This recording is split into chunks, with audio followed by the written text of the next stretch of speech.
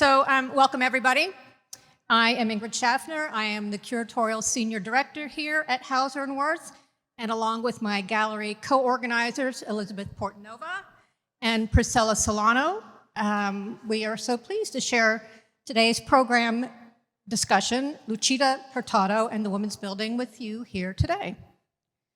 I myself am so eager to hear the conversation that's about to ensue that I'm going to dispense with this housekeeping introduction at great feminist lightning speed. So, the panel is taking place, obviously, immediately, presently, within the context of the exhibition, Yo Soy, which focuses on the body of work that Luchita Hurtado created for her very first solo exhibition, which was held at the Women's Building in Los Angeles in 1974, and this is the story and history that we're going to unpack today.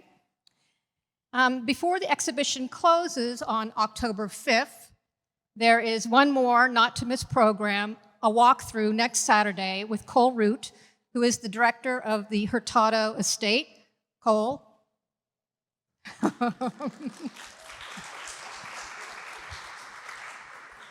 And I'd like to point out another Hurtado eminent art historian, Marie Heilig, who is here as well.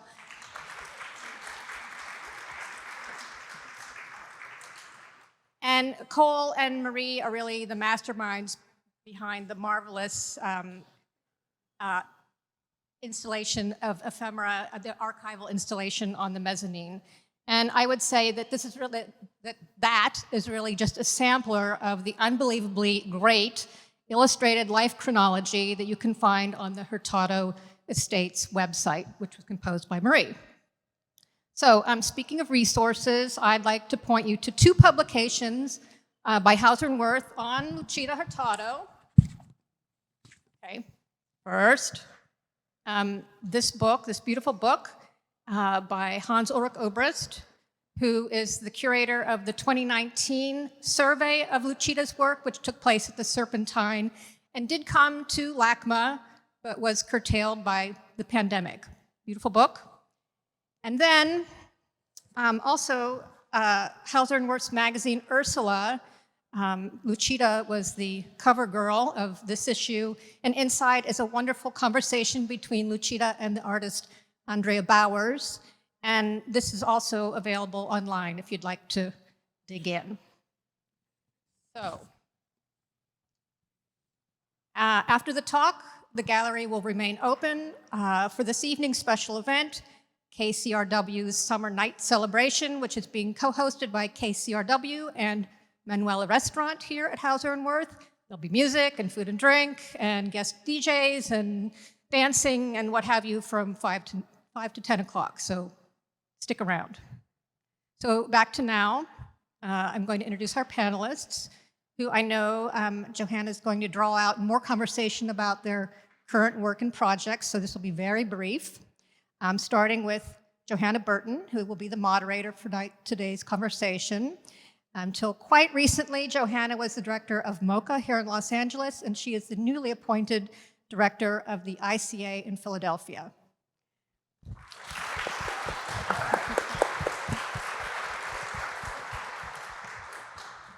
Okay, next to Johanna, Lucy Bull, conceptual artist. And a companion and friend of Luchita's in later life, so we'll be, worrying about that. And Lauren Bond, the environmental artist and activist. And the founder of Metabolic Studios, and Nancy Buchanan.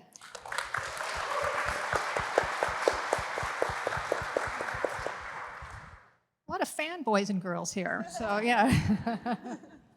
So Nancy exhibited at the Women's Building, and her incredible retrospective exhibition, Truthfully, Nancy Buchanan, is currently on view at the Brick, and we are pleased to have in the house Catherine Taft, the deputy director of the Brick, who was a bit of a co-conspirator on today's program, so thank you, Catherine. This is the final day of Truly, Nancy Buchanan. So I hope that you got to see it. But there is one outstanding program, and it will be outstanding. Check the website. Probably next weekend, yes, Slauson Malone is going to be performing a rock and roll song by Nancy Buchanan. That's not to be missed. So anyways, thank you all for being here. Thank you. Take it away, Johanna.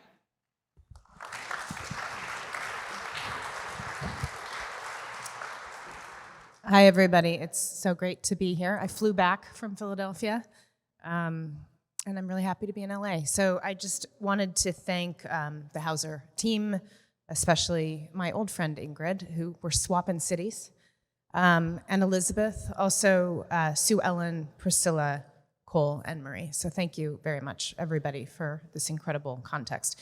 And what I want to do is, this is going to be snappy, and lots of you are going to have questions, I think. So I'm going to set the scene, but I guess I just wanted to say how heartened and happy and really genuinely moved I am to see people hanging off the rafters for a panel that has the word feminism in it. So thank you. That's fantastic.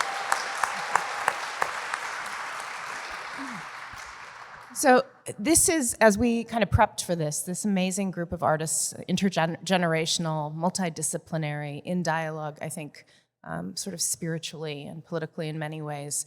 It became clear we had a lot to talk about, but one thing is, this is a panel on the occasion of an incredible exhibition we're sitting in, and we are going to reflect, obviously, on Luchita Hurtado's amazing work, including what you have here on view.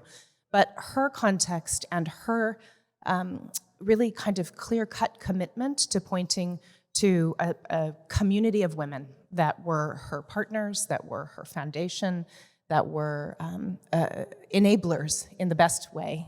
There are good enablers. And so the context for today's talk is a series of ands. It's Luchita Hurtado, it's the Women's Building, it's a history of feminist and other kinds of active and activist practices, and it's the practices of these incredible artists next to me. So my guess is, given the crowd that you are, you don't need me to explain all of this, but I quickly will. In 1973, 3 Cal Arts teachers, Judy Chicago, Sheila Lavrant de Bretteville, and Arlene Raven, started the Feminist Studio Workshop, otherwise known as FSW, an independent art school for women, because they got fed up. And so they went elsewhere and started a school. They later found a building near MacArthur Park. It's going to be reactivated, I understand, in the near future. This became the Women's Building, a collective space that also sublet to other feminist-driven organizations and brought together a registry of and for women artists.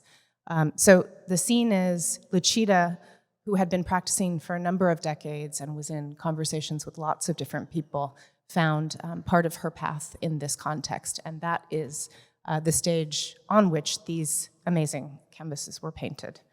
So Luchita was born in Venezuela in 1920. Her first institutional survey, which Ingrid spoke about, was at the age of 98, which is pretty incredible, not in a good way, but amazing. Many phases of practice, from surrealism to biomorphism, and here, of course, we're looking at large-scale, geometric, language-based abstractions from the early 1970s that directly further many of the artist's earlier, more literal self-portraits. So these are self-portraits, and I hope we'll think about that. So I'm going to toss it to each of our panelists to say a little bit about your relationships to the Women's Building, to the history of that feminist moment, and to Luchita's work. It's a broad question. You have very little time to answer it. So Nancy, you were there, so we're going to start with you, if it's okay. Okay. Well, I did my graduate work at UC Irvine, and my cohort, Barbara Smith, invited me to share a membership with her in the new Women's Building at Grandview. And so that's how I got involved there. And over the years. It was very interesting. We built a space, we created the galleries, we had shows, and we would always have meetings in which artists would discuss their work. And I think that my memory is that they were very much like consciousness raising, where the artists could just speak about the work for a given period of time. That's my memory. And I remember seeing Luchita's paintings that depict her looking down at her body and looking at the rugs. And I think that she showed those to us in one of these talks, which was quite wonderful. Thank you. Lauren, do you want to go next? Sure. I think that I would like to start by talking about my outfit. This outfit, this piece of silk, was brought by Luchita from India when she visited in the 80s with her husband, Lee. And it was gifted to my very dear friend, Corazon del Sol, when she and her mother, Eugenia Butler, went to the Santa Monica Canyons to visit Luchita at home. And Corazon had just came back from a year in Asia, and they talked about travel, and they talked about life, and they talked about being artists in post-patriarchal societies and the nature of abstraction and mending. And when Corazon left, Luchita said, "I'd love you to take these 3 kurtas that I made from the silk home with you." And she did, and she couldn't find a way into wearing them for many years. And a few months ago, I was visiting Japan, and I said to Corazon, "I really want to look pretty on the panel." And Corazon said, "Well, what do you want to wear?" And I said, "I don't know, but I hope it's blue." And Corazon came back the next day with this outfit for me, which was Luchita's, and it had blue because it had to be mended where it had ripped. And with the arms, but I had no idea who Luchita was.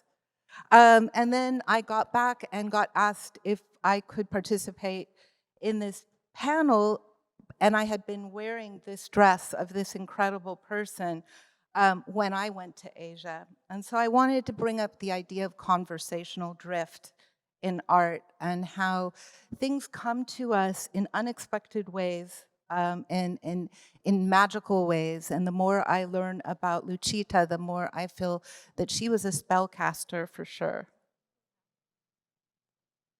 I just heard that story an hour ago, and I still got round 2 of chills down my body. But I met Luchita in 2014 when I first moved from New York to LA, and it was at a time when I think I was still trying to find my own voice. And my boyfriend at the time was managing Matt Mulliken's studio, and Matt Mulliken, for those who don't know, is Luchita's son and an incredible artist. And when we moved to LA, he started managing, well, my boyfriend at the time started managing Lee's estate. And I had a studio out of a garage in Santa Monica, not too far from Luchita's apartment. And I would have occasional lunches with her, and afterwards we'd go on a walk. And I guess my image of Luchita is every time we would go on a walk, she would like pick a plant off a tree and sort of point out all like the hidden code of it. And these paintings kind of remind me of that. The more you look, pay attention, the more you see. And she was always basically saying, look closely, pay attention, and everything, all the answers are there in nature. And 4 years after that, I ended up starting my own apartment gallery of sorts, project space. And it was when I was working and living in a small studio apartment, and the only surface area I had to show other people's art was a small low-slung coffee table, which I deemed a desk. And so I called the space From the Desk of Lucy Bull. And I think a lot of the stories that I've started hearing about the women's building really sort of remind me of how running that space really helped me actually kind of have a breakthrough with my own work. And funnily enough, last week I found out my mom, she was part of the women's building in 77, 78. And yeah, I mean, there's so much more to say, but Now I have to know how your mom kept that from you for this long. I mean, she doesn't talk as much about the LA years. She was only here for like 2 years. And yeah. But she was dormed up with a group of women, and they were all very involved. And Did she know Luchita? she didn't. I think it was a little bit after Luchita was involved. But yeah, she said it reminded her a bit of Girl Scouts in a good way. She ended up being our Girl Scout leader. So. Congratulations. That's kind of great news. So actually, to pick up on a strand that all of you have talked about with relationality as a key fixture of this work, but also I think, frankly, what we want to be moving towards today in the context that we find ourselves in. To get back, Nancy, to you sharing the moment where Luchita was showing very intimate portraits to a group of other artists. There's a quite amazing archival stash upstairs. So for those of you who are really interested, as I am, in understanding the context for work, especially work that is so intentionally conceived with a kind of discursive framework, head upstairs. There's a passage in which Luchita talks about, as a young artist, and then actually not even such a young artist, when people would come to the studio, she would turn the canvases towards the wall. The impulse was to be sort of protective until something was ready. After she joined this group of women, she found herself not turning the canvases to the wall, but being willing to share and have dialogues because she felt seen. And there were two stories that really struck me. One was being invited by Joyce Kozloff into, I don't think she had to have a joint membership or share a membership. I'm curious about needing to share the membership, but Joyce invited her and she said, I'm there. And at that first meeting, she was asked to identify herself, her name, her practice, and she introduced herself as Luchita Mulliken. And one of her friends, June Wayne, said, I'm sorry, Luchita who? And she said, I'm sorry, Luchita Hurtado. And that was this very important moment that was self-realization, but through the context of being seen and being asked to be self-realizing. So to me, that was a very powerful story, and one that both shows a kind of kinship and a friendship, but also a sort of fierceness of that group, which I really appreciated. So the question comes, for me at least, as somebody who's devoted a lot of my life to art, but through the lens of education. We will remember that the Women's Building was an art space, but it was a school. And education in a sort of radical way for a group of people who understood and thought about alternative modes of education. So I wonder, some 50 plus years later, what models for this kind of pointed and dedicated focus there are. Does Arlene Raven's description, which I love, that the goals of the group's feminist art were to raise consciousness, to invite dialogue, and to transform culture, still resonate for those of us in the room today? And if so, how do these goals carry forward in your own practices and your own communities?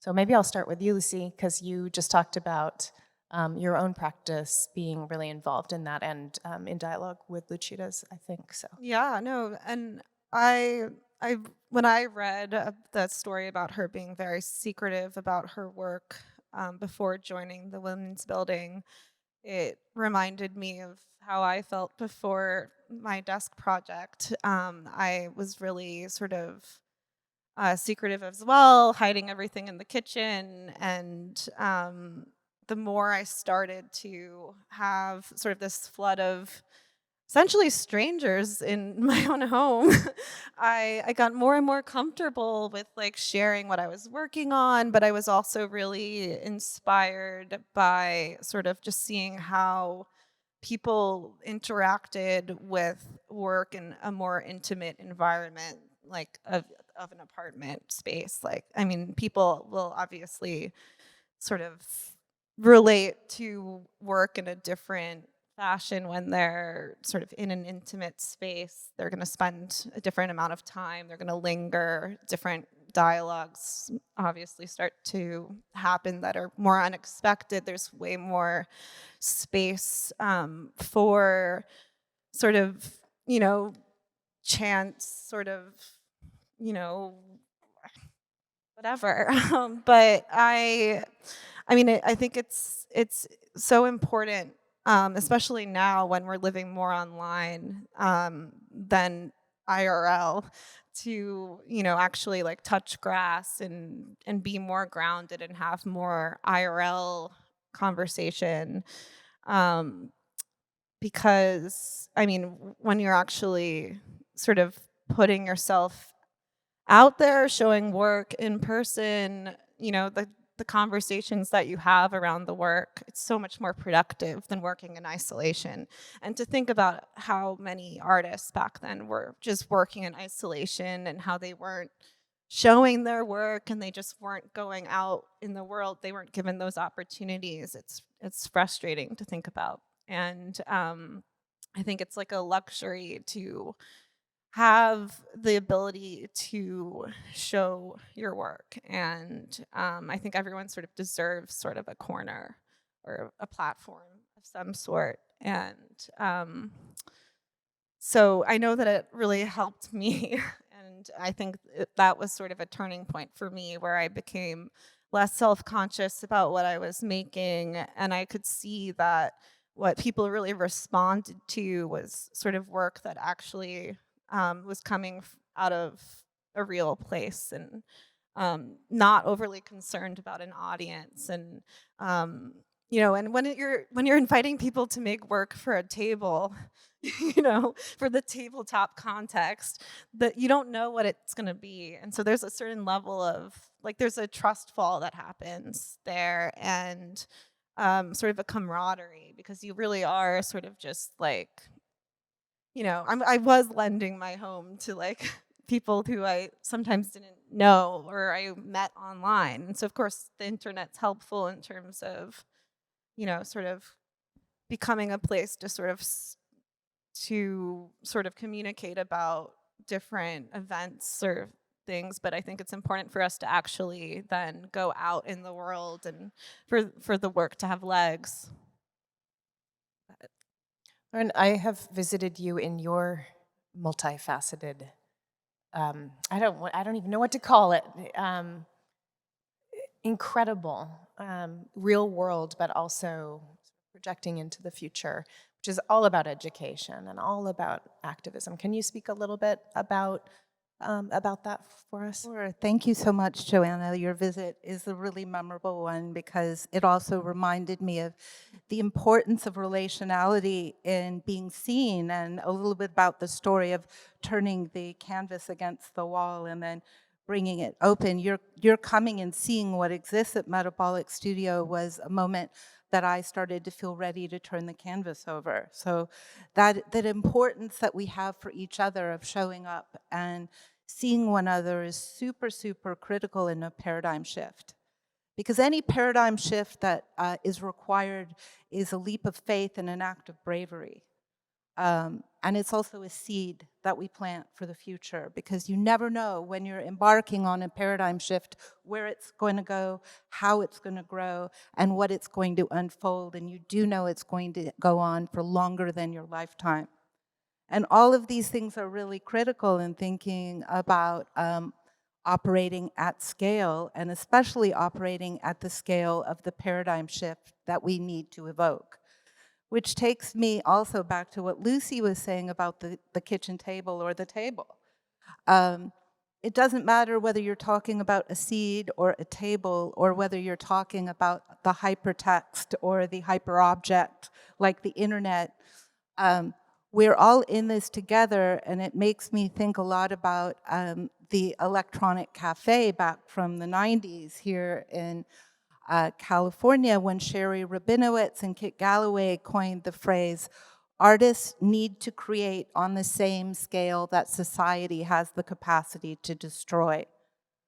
Now, what we're looking at right now is that we are looking at something that has been in place for a really long time. There's novel aspects to the genocidal tendencies of the human race, but this machine towards destruction has been in creation for a really long time. And artists, about the time that Luchita was born and learning to think, were neoplastic specialists who said after the Great War that modern memory itself had to be completely reinvented from the ground up, and the only way to do that was right angles and primary colors. So they were really rigorous about doing away with everything but right angles and primary colors. They were so rigorous that they would have walked out of this show altogether on the account that there's diagonals and circles and soft edges. They would have approved of the flattened space because it leaves room for the dynamic equilibrium that theosophy was based on, right? So I'm not sure this answers your question about Metabolic Studio, but I will say that Metabolic Studio was really an unintended consequence of an artist action, which is namely that to bring life back to a 32-acre brownfield on what is today the LA State Historic Park, I proposed that we just clean up the park. Even if nothing more was going to happen there, let's just clean out the toxicity that had been left there by the Pacific Rail for 75 years. Because before colonization, it was the breadbasket of the Tongva, Gabrielino, and Kizh people. So it was an act of reparation. Whether there was ever a park there or not, it was the right thing to do. And that's what I think ultimately is the genesis of paradigm shift. Doing the right actionable thing. Whatever it is, just get it done. And don't worry about whether you keep the canvas closed to the public or open to the public. Just make it. Make the art. It's an act of prayer.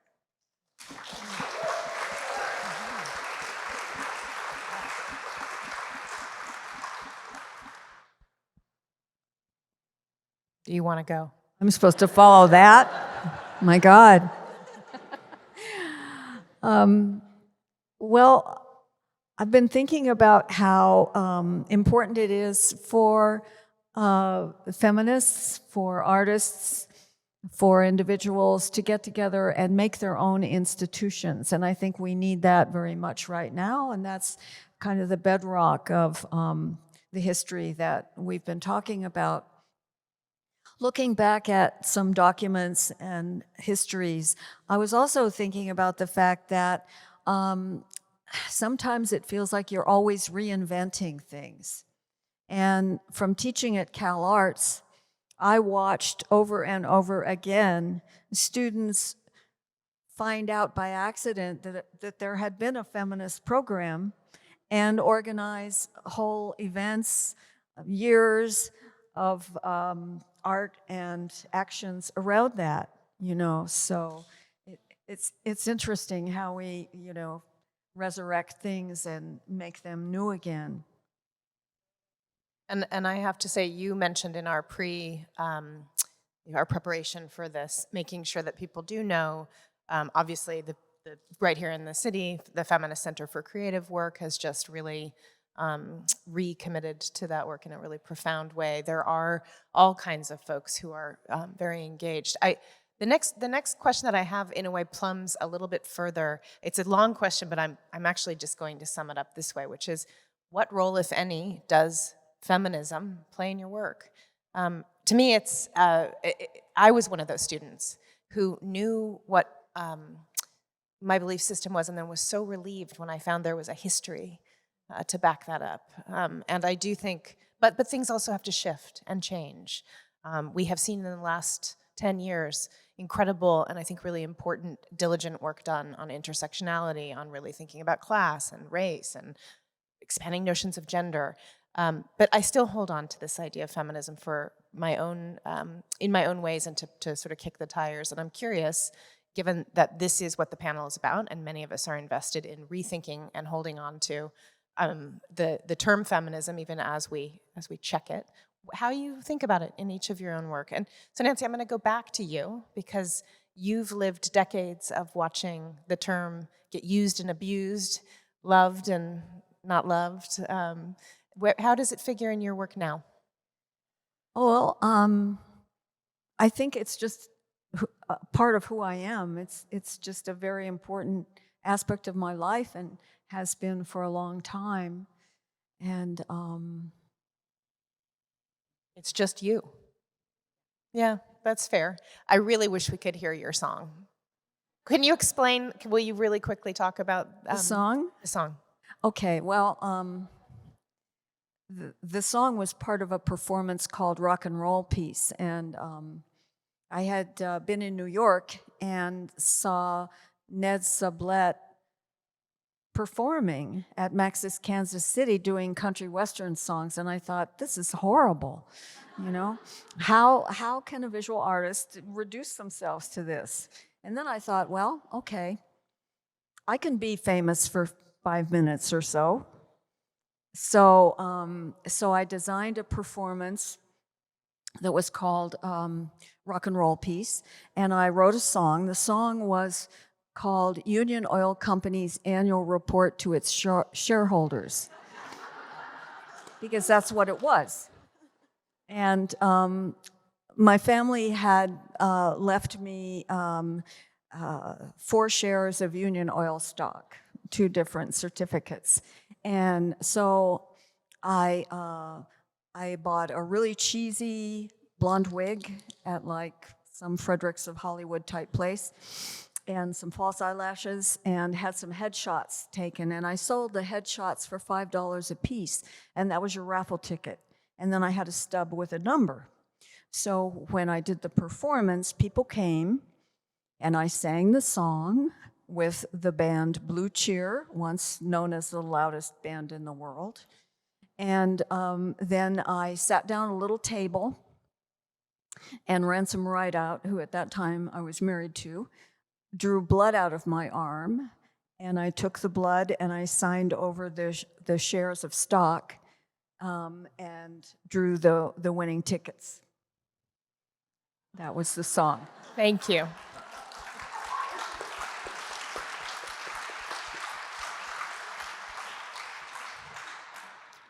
Lauren, what about you? Well, now that's a hard act to follow. Ping pong. We're going to make that keep happening. I'm going to come again to the root of the word patriarchy for a minute in the word patria, which is homeland, right? And evoke for a minute all the problems that concept of homeland has brought up, and why, for me, the issue of feminism is rooted in the liberation of a channelized river, right? The best thinking that we had to defeat the floodwaters that would knock out businesses around the basins of LA was to put the free-flowing wild LA River in a concrete jacket. And that worked. It worked to control the wild, raging flood. What it didn't work to do in the long run was create a possibility for a regeneration of life as we know it to exist here, because the generative, life-giving principles of this land require floods, fires to happen, because all of the wonderful stuff from the mountains comes down into the basins and is allowed to decay. Right? So for me, the idea of feminism is to liberate the river and find a new way of thinking about the wild, unbridled energy that rivers have when we don't tame them to meet our needs. And so for me, the roots of thinking about feminism are that they run antithetical. They are literally the opposite of how we evoke the notion of patriotism.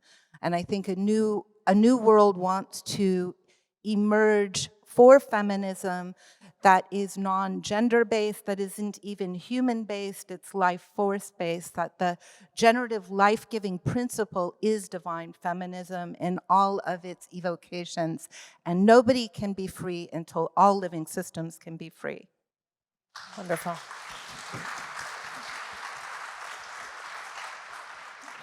Beautiful. Lucy. Yeah. I mean, that reminds me of also how Luchita said that we need to consider all living things as our relatives. And I also relate to sort of Luchita, her resistance to ever being labeled. I mean, she was involved with so many different artists, so many different movements and groups. Like, she was playing games with the Surrealists. She was very closely tied with the Dynaton movement. She was with Wolfgang Paulin, Lee. But she never labeled herself anything. I mean, if anything, she was a mother. And, but I think to her that meant sort of on a grander scale. You know, she was more just sort of interested, I think, in exploring herself, but in the relation of being someone on this earth and the responsibility that comes with that.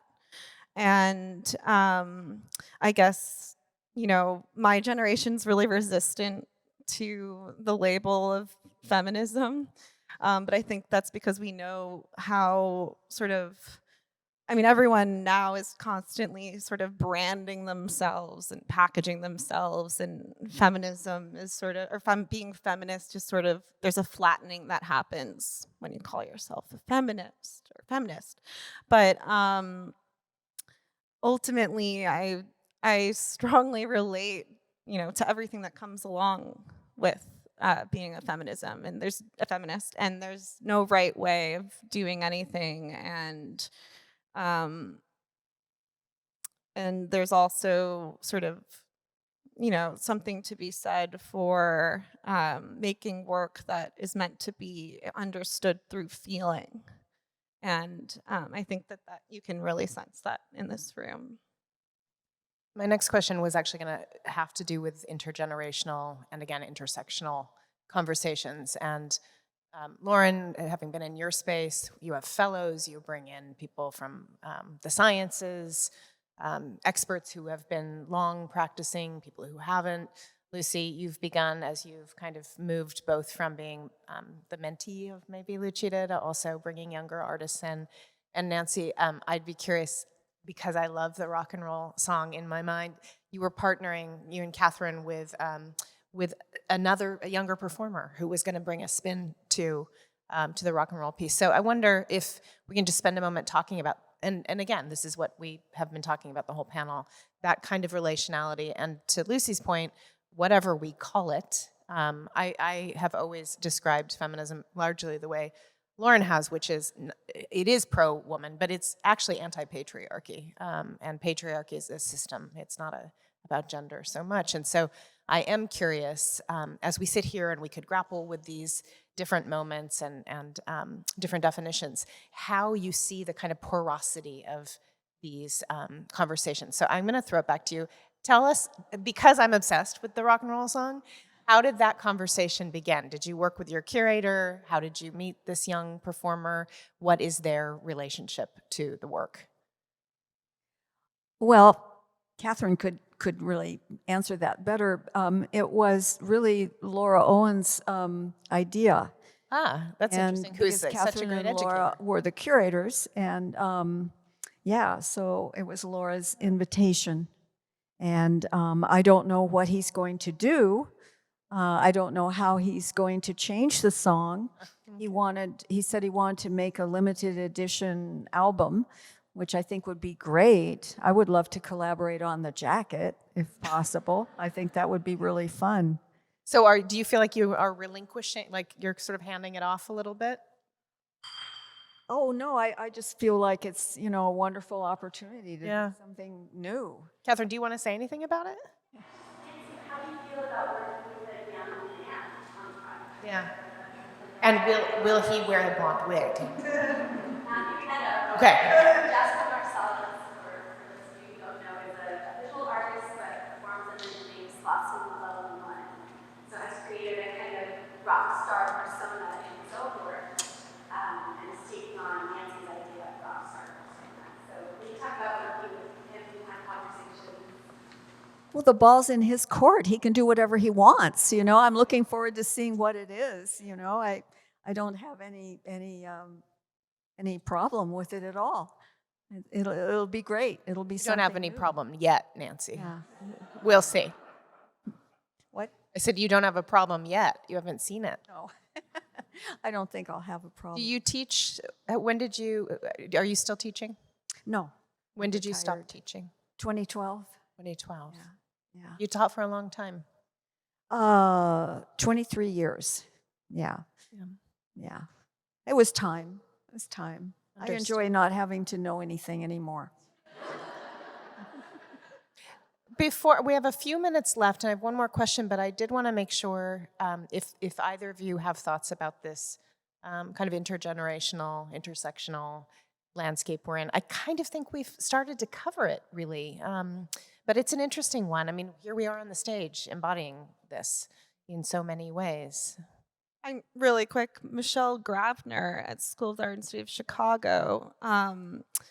I interned for her at the Suburban, and she was one of these other female artist, community cultivator, powerhouse figures for me. And I mean, the Suburban was an apartment gallery in her backyard. And I think, so that was my first introduction to sort of the, productivity that lies in sort of these unconventional spaces. And she was really good about bringing people from outside of Chicago in. And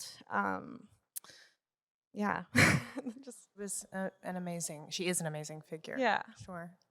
I just wanted to bring up the idea of extra institutional space during this particular time of nested crises and the importance of co-learning, and to kind of the idea of doing away with the notion of expertise and in favor of inspired generalists, and say that at Metabolic Studio we're really trying to form a federation of extra institutional spaces that are inclusive of pedagogical performance. And what that really amounts to is learning from each other, and in particular the children at Anahuacalmecac, the only baccalaureate indigenous program in Los Angeles, have been my biggest teachers this year, and in a particular way have given me a pathway to a specific problem I had in my practice that I couldn't crack, which is, it's one thing to get more than 100 nested permits to intervene in federal property to bend a river. It's another thing to give the river back a story. So the question is, how do you do that? And in indigenous practice, children are the guardians of the well. So we've been collaborating with them pedagogically to have the students bring back melodies that were repressed during the indigenous boarding school era through first building instruments out of clay we've dug out of the ground, and then rehearsing with them until they find their way back into melody. So I think the way forward is letting go of knowledge as a form of patriotism, and realizing that all of us have to start from scratch, and we need to co-learn together. Thank you. I think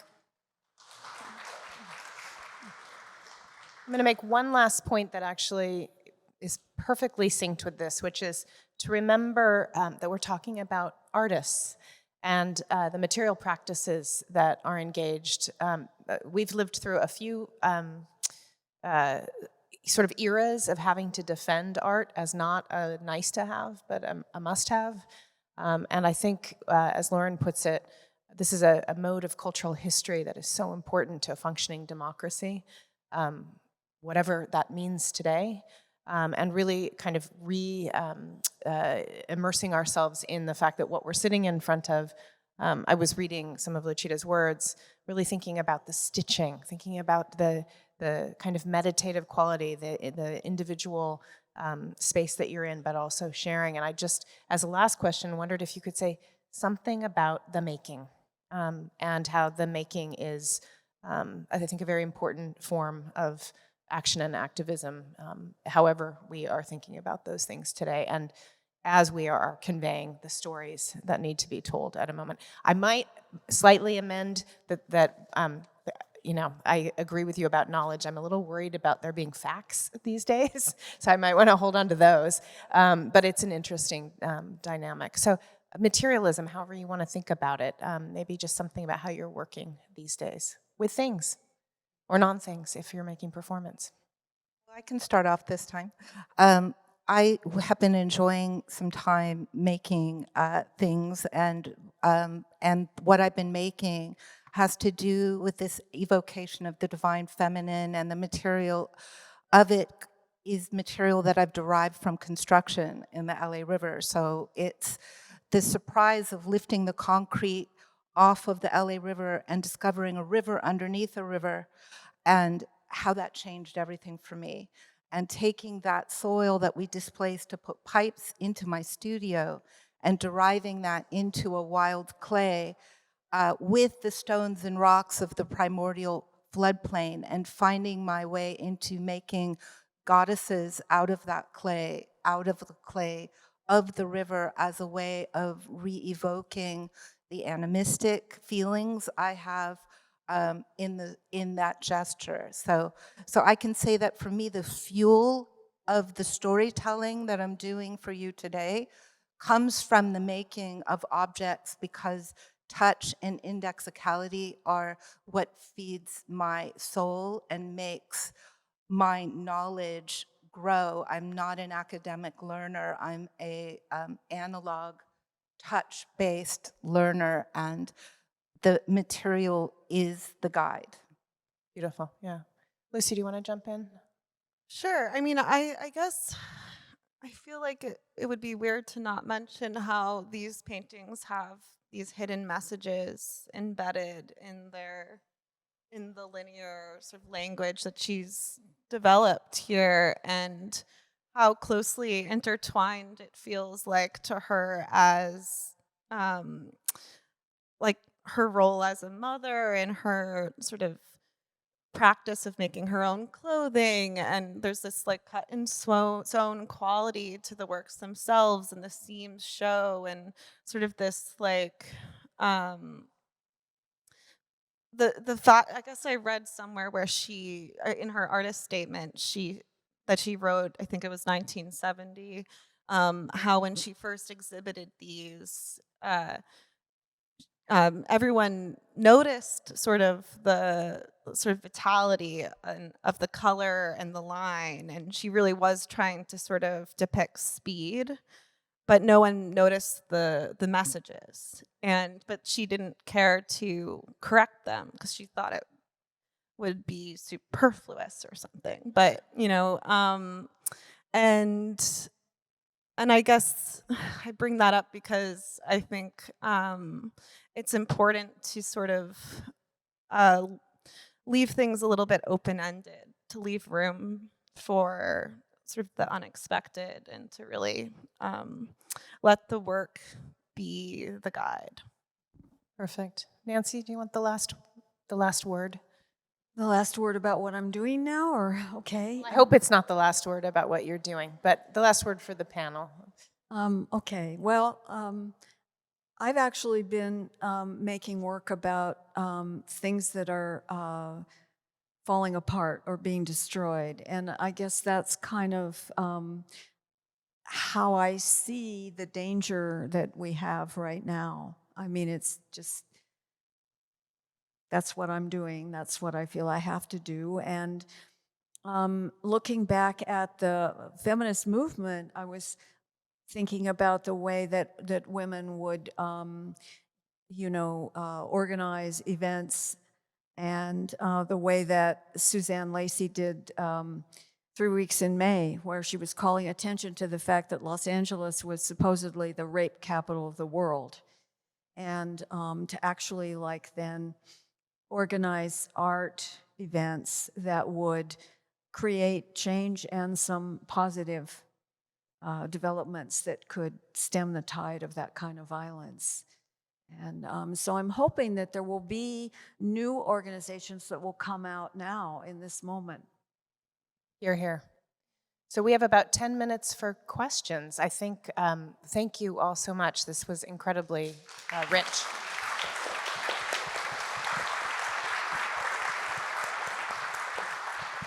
Somebody has a mic out there. So if you have a question, please raise your hand. Hi, I was wondering, actually, Nancy in particular.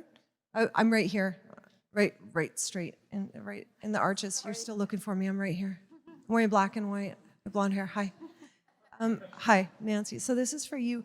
I want to know about your relationship to perseverance and anger over many decades of like having an extremely illustrious and productive practice, and these moments of recognition that tend to come very late for feminist artists in particular. And I wonder if there's a role that anger plays, if it lessens, does it calm, does it get worse, or what your relationship is to anger in making. Is that a constructive energy, or is that something you can use? Well, I suppose I get outraged by things, and then, yeah, I respond to them in some way. I hope also inserting some humor in the mix so that it's not just a totally bitter pill to swallow.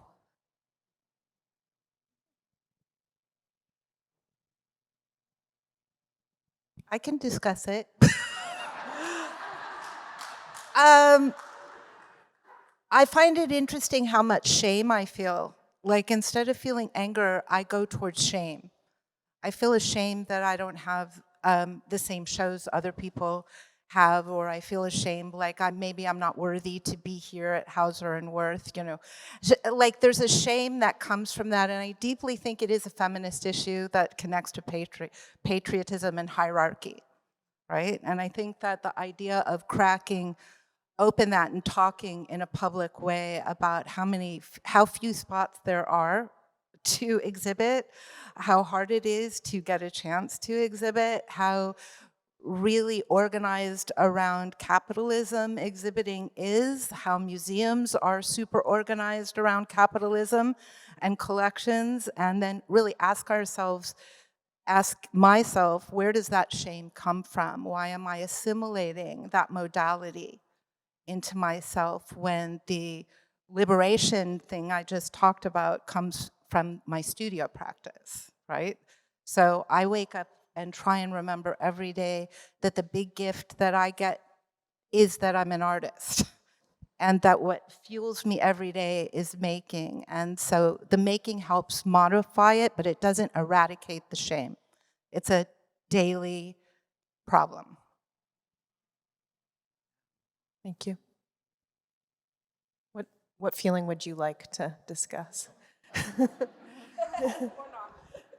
mean, I think that it's important, especially moving forward, for more artist-led models to exist so that we can still allow experimentation and not just the exhibition of highly saleable works.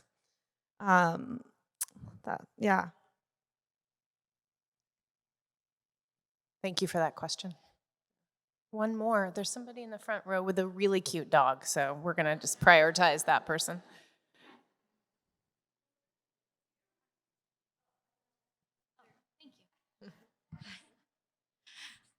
Thank you guys so much. First off, this has been incredible. Sorry. I just wanted to ask about the idea of freedom and liberation. In this moment, I think we're questioning what freedom means in a lot of ways and what the limits of freedom are for you guys in your practice.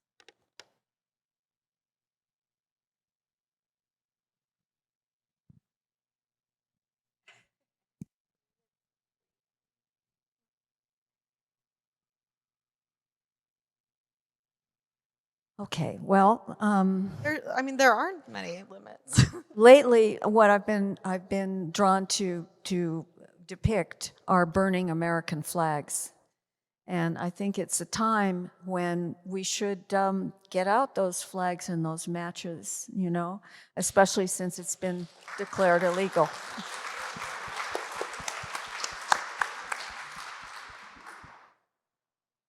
I'm going to talk about domestic space and how terrifying it has been recently for me to talk about not being willing to tolerate not talking about genocide in Gaza around the dinner table.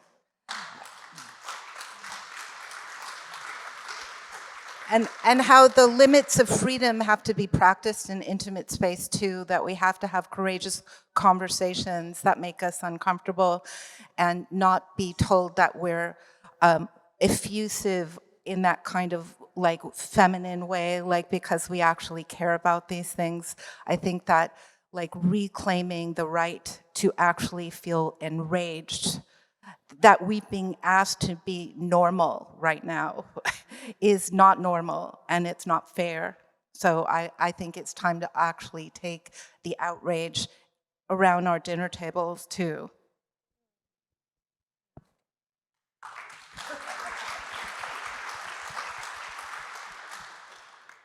I think there's just a lot, like too much fear that exists today, and so much self-censorship. And so I think it's a good reminder for us to sort of meet in real life and have these conversations with one another that we wouldn't have online.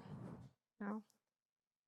And it's like the Women's Building is one of these amazing spaces that, you know, sort of almost like everyone who is in LA has some sort of, you know, tie to somehow.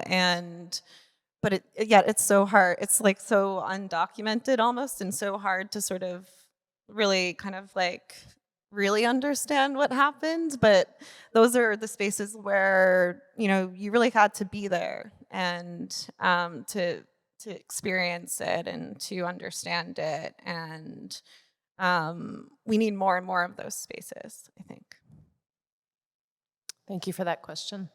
I think we may have reached a nice end, and I hope that Luchita would have appreciated this conversation in front of her works. I know I have. Ingrid's coming back up. Look at 57:20.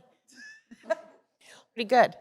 Nancy has one more thing. I just want to add one thing, which is that I think that there's a movement to help people that can't come outside to deliver their groceries on Fridays. And I believe that there's information about that online, or maybe somebody else knows a little more about it. And I think that that's something that a lot of us can participate in to help our neighbors who are stuck hiding from ICE. Thank you.